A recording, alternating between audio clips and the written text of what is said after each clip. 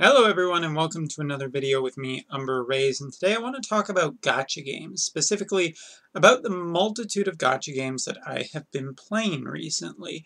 Now, of course, on my YouTube channel, the main game is, of course, Brave Exvius. Now, recently I've been playing Brave Exvius both on the JP and the global side, but in my spare time, with what little spare time I have lately, I have been playing Dragalia Lost, as well as this weekend I tried my first hand into Epic 7. And so today I want to talk a little bit about just about these games and my experiences so far with all of them, and in general, just some stuff about the channel, as well as talking about just some of the differences between these games, because it's interesting, the three gacha games I have chosen to play. And obviously, first thing I should talk about is that playing four different gacha games at once is not impossible, but pretty damn close to it. Currently, just playing through all of these games, it is very, very difficult to find the time to do all of these games to the attention that they need, to the amount of grind that they do. And that is kind of something I want to talk about for the channel in the future going forward. But hey, let me introduce these games if you are not familiar with them.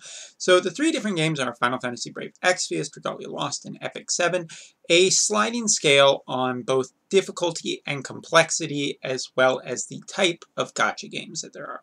Now, mainly there are two different types of gacha games that I was aware of before, starting to play more gacha games. First is character-based gachas, games where you try to pull specific characters out of a pool of characters, and it is random, because, that's what gacha is, but and then there are equipment gachas. Basically, you get the characters and you need the equipment. And equipment gacha is a little bit different from character gacha most of the time.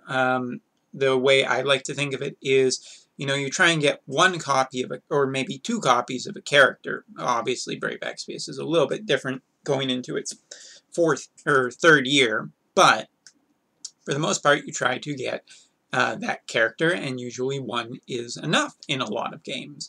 The other, in weapon-based gacha, normally you need to get multiple copies of a weapon for it to be really good. There are, of course, some variation to these, but these were my two major understandings. So, looking at Final Fantasy Brave Exvius, Dragalia Lost, and Epic 7, Dragalia Lost is kind of the worst of the bunch, in a way. It is definitely one that has a lot of frustration, because it is not just a character-based gacha, it is also an equipment-based gacha, too. And it is even a limit burst gacha. So it is basically a triple gacha, and that is absolutely terrifying for some people, and quite rightly so, because all three of these gachas are pretty difficult for most of the average player to do. So looking at Dragalia Lost is an action-based game which has 3, 4-star, and 5-star characters. The 5-star characters are, from my time playing Dragalia Lost, I found that the 5-star characters are not super needed in terms of the actual game itself. You can easily get by just with a little more leveling. You can easily do it with a lot of 4-star characters, or in the cases, sometimes 3-star characters, which is kind of interesting. It does make the need of 5-star characters lower. Now, the other part of the gacha system is both dragons as well as equipment, known as worm prints. Worm prints can offer different benefits, and dragons can power up specific element characters, as well as give a limit burst, because in Dragalia Lost, once you get enough crystals, you can activate your limit burst and turn into a dragon. It's super cool. It's one of the things that interested me the most when I heard about the game, and I have to say, that part is, pretty cool, but also a little repetitive, so it becomes less cool quite quickly. But Dragalia Lost is a triple gacha, meaning that you can get either worm prints or dragons or characters, and I have to say, everything about Dragalia Lost gacha is Specifically, it kind of feels bad. And what do I mean by it feels bad? Well, that's not the right one. There we are. Take a look at the gacha, basically, and you'll kind of understand what I am talking about. First of all, the gacha does have multiple things that you can pull on it. There are dragons, you can get characters, or you can just get worm prints. And worm prints don't feel that great, but the gacha behind Dragalia Lost feels particularly bad for a lot of different reasons. One is characters. Characters are kind of the fundamental part of the game, and if you like the design of 5-star characters, trying to get them can be an absolute fucking nightmare, because a lot of the times you'll just end up with worm prints. If I can, well, it would be nice if this OBS would behave. But taking a look at it, you can take a look at the kind of percentages. Worm prints are twice as likely to show up as either a dragon or an adventurer. Obviously, it's like 2% split, 1% towards worm prints, which doesn't feel that good. But like I was saying, adventurers don't feel that good for one very specific reason. Duplicates are just the worst thing you can end up seeing in the game. Duplicates are if you get a duplicate, you basically don't even get the character. You get a resource called Eldwater, and Eldwater is important in the game. It is an important resource, but the amount of Eldwater you get is pretty pitiful for pulling a duplicate of even a 5-star character.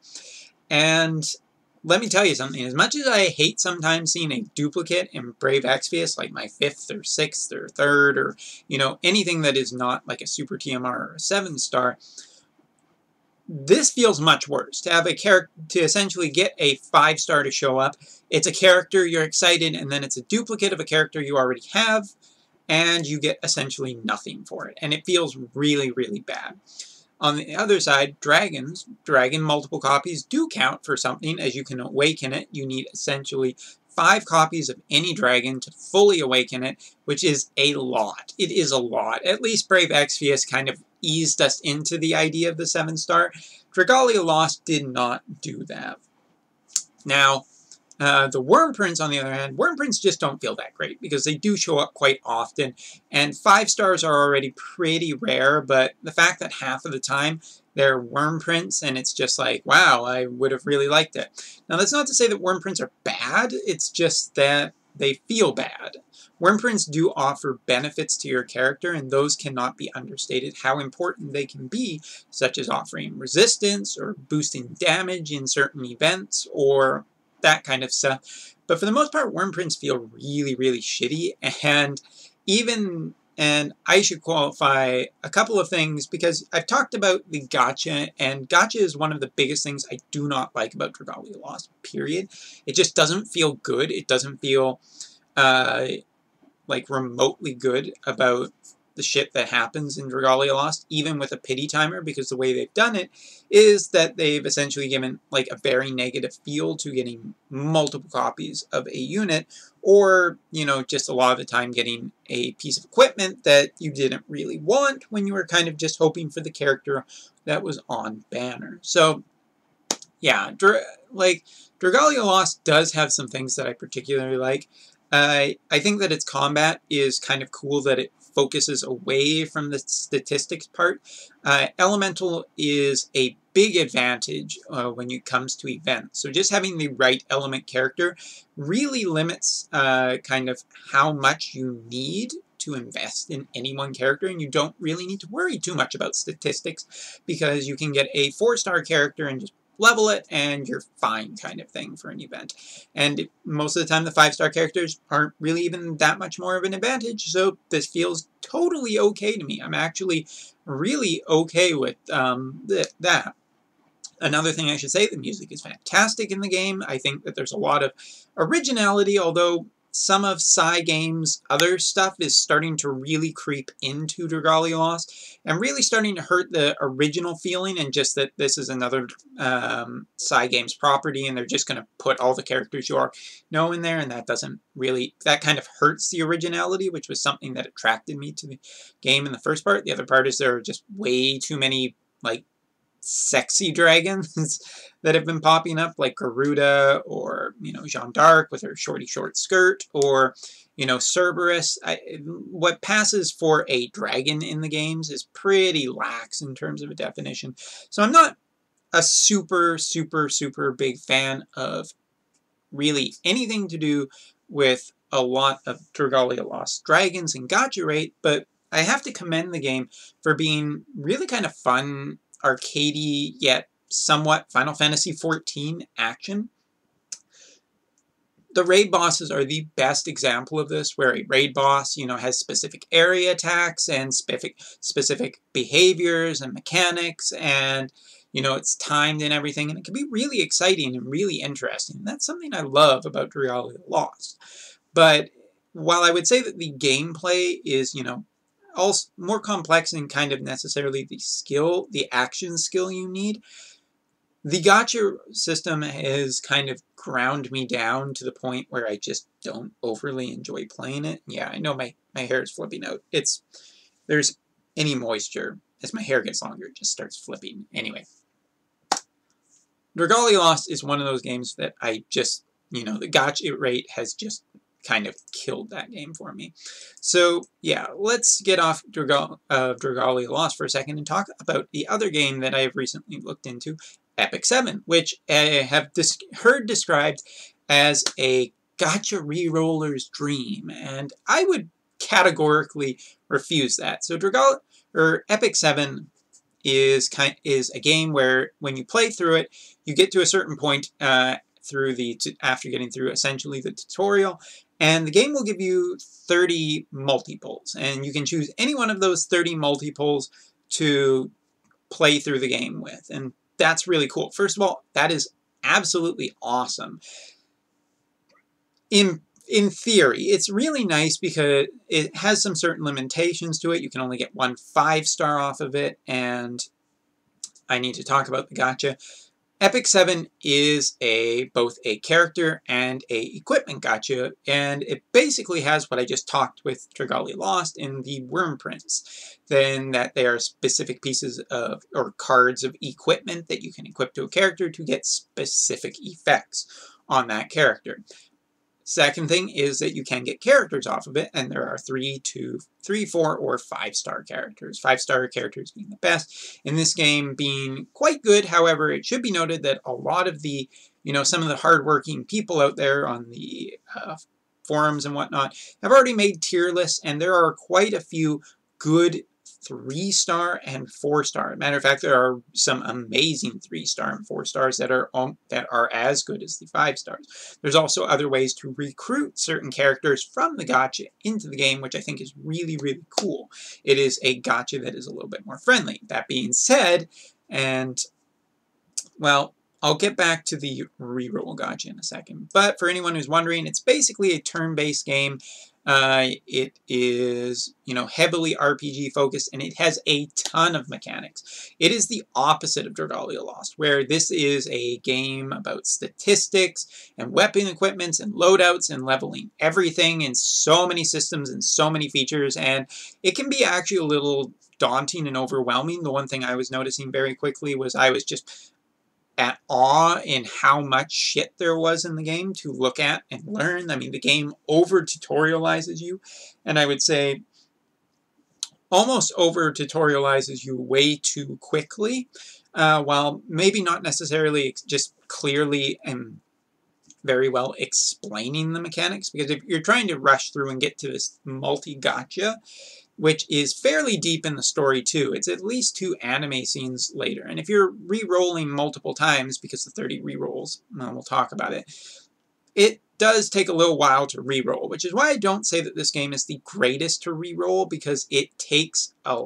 fairly long time to get through the re-rolling process to the point where you can do the 30 re-roll.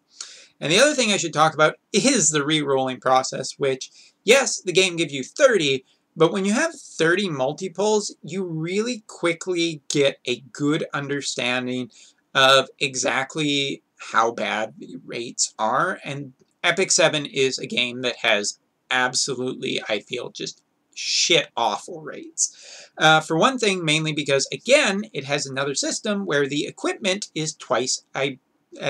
Someone might be able to correct me, but I believe when I checked out the rates, and this stuck in my mind, was that, again, the equipment was twice as likely to drop as a character. And again, equipment is fine to a certain point, but when you're looking for characters, because let's face it, nobody looks at a piece of equipment and goes, oh yeah, that's the thing I want. For the most part, in an RPG, it's the characters we meet along the way that mean the most.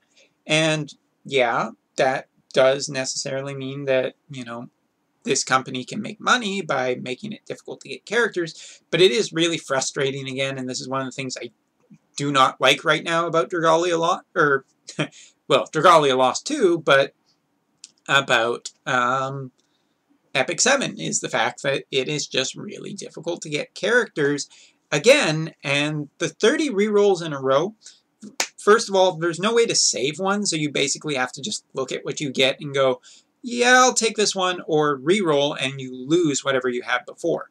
And while it is generous to give 30 rerolls in a row, essentially, on 11 pulls, it's also not super great because, essentially, you're still going to be in this position of, well, I mean, I got this character, she's rated an S or an S+, according to the Reroller's Guide, and therefore, yeah, I mean, I really like it,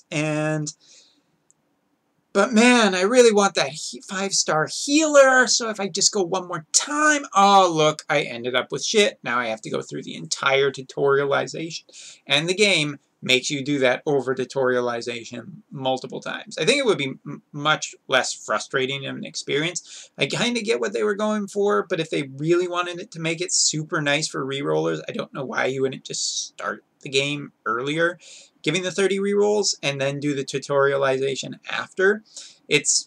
Let's face it, your game could be the best thing ever, but if you don't really get the characters you like, it doesn't really fucking matter, because the game isn't necessarily enjoyable at that point.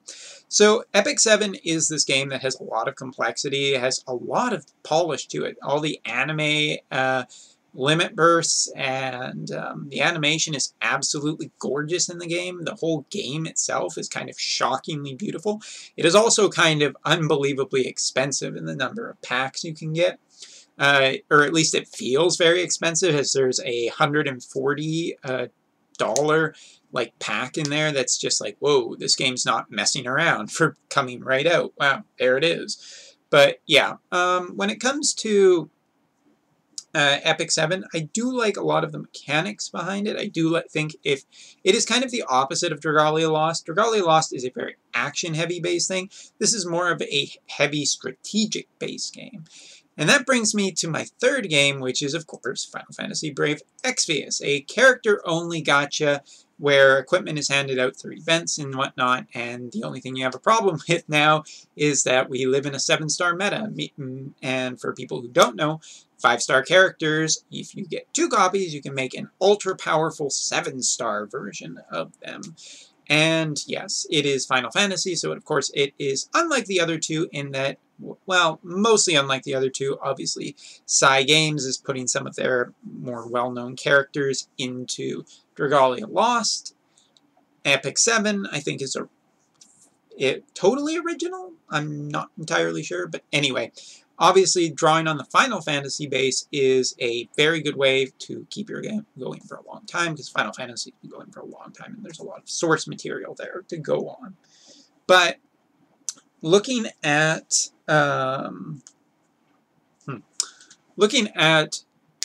Brave Exvius, playing both the global version and the JP version has taught me that I really still prefer the JP version a lot more.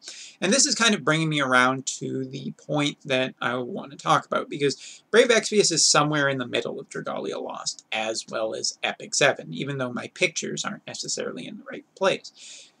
Brave Exvius and Dragalia Lost and Epic 7 are 3 different games in terms of what they demand from the player, and different types of gachas as well.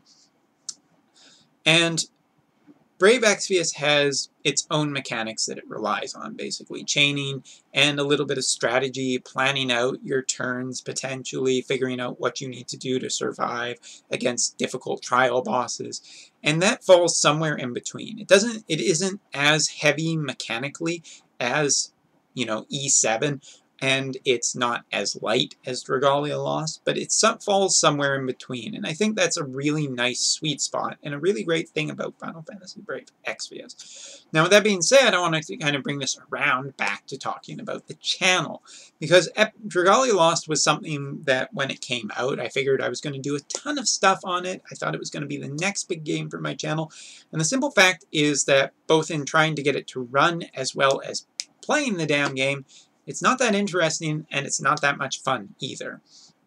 Dragalia Lost is a game that I think is kind of a fun little pastime for me, but not something that I ever want to really go that hard into, because analytically it's kind of boring to look at. Basically, if you have the right element character and a character's weapons play style that you like, doesn't really matter so much about looking at the mechanics, and the power creep just feels kind of irrelevant at this point for a whole bunch of reasons. Partially because you can get by on skill, partially because the game's too new, there isn't enough really to talk about a power creep, and there's no real good... It doesn't feel like there's a visible, clear way to measure just difference in characters, other than slightly higher damage outputs, but doesn't feel like there's enough in-game for me to really do that much on. So we'll talk about that a little bit more. Epic 7, on the other hand, is a game that I just don't know I want to get into.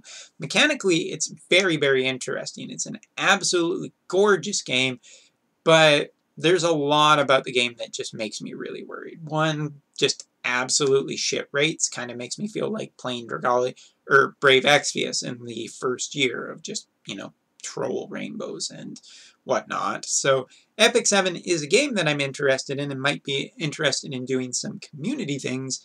And same with Dragalia Lost. Both Dragalia Lost and Epic 7 are games that I kind of want to play to a light extent. I don't want to go super hardcore into Dragalia Lost anymore.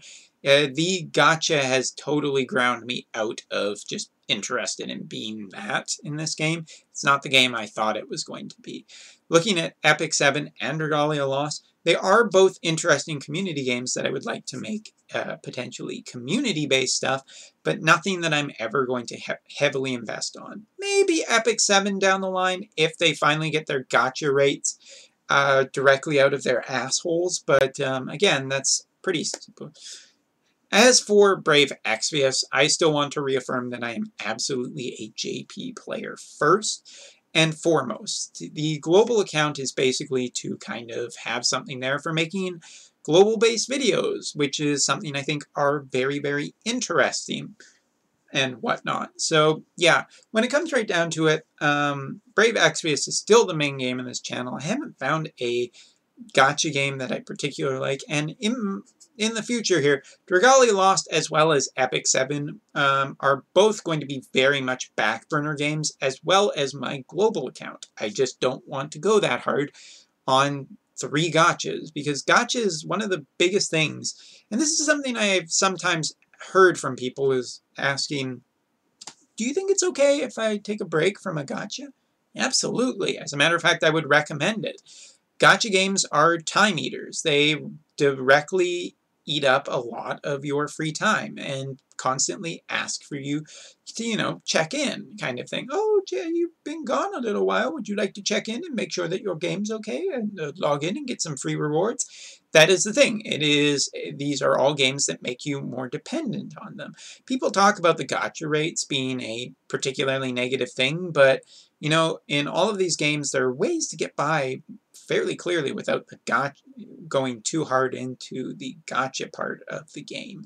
However, on the other hand, when you look at something like, you know, the idea behind a gacha game, the much more dangerous part is how much time and how it controls your life.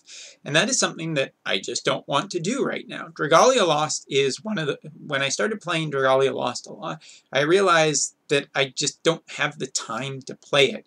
Brave Exvius is much more easier to just dump my stamina and go do my life for a while and then not have to come back for a while. For Dragalia Lost, it feels like I am constantly being bothered to check something, to reaffirm, to blah, blah, blah, and it just doesn't really feel that good. And I was just thinking about something really quickly about Brave Exvius, but it doesn't really matter right now because I can reset it later. But, so, here's the thing. This is kind of the end point of this video, and if you've sat through 25 minutes, then congratulations. But when it comes to the future of my channel, Brave Exvius JP side will always be at the front and foremost. Global FFBE is a secondary thing because it's analytically interesting to me. Epic 7 is far more interesting at this point than Dragalia Lost, and into the new year, I'm actually looking at a different game, meaning that Dragalia Lost may disappear even a little bit more. The new game I am looking into is a brand new, what was it called?